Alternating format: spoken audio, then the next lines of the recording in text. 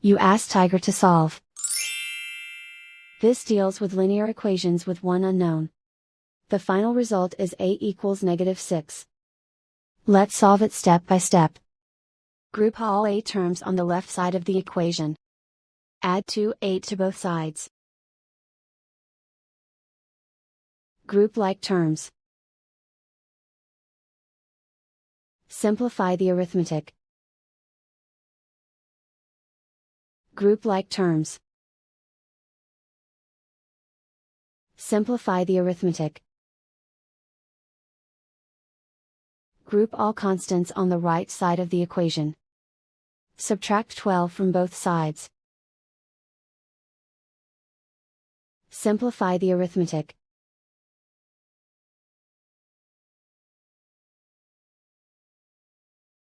Isolate the a.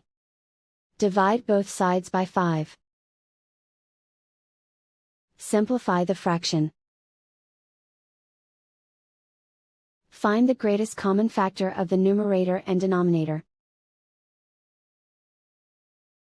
Factor out and cancel the greatest common factor. And so the final result is a equals -6.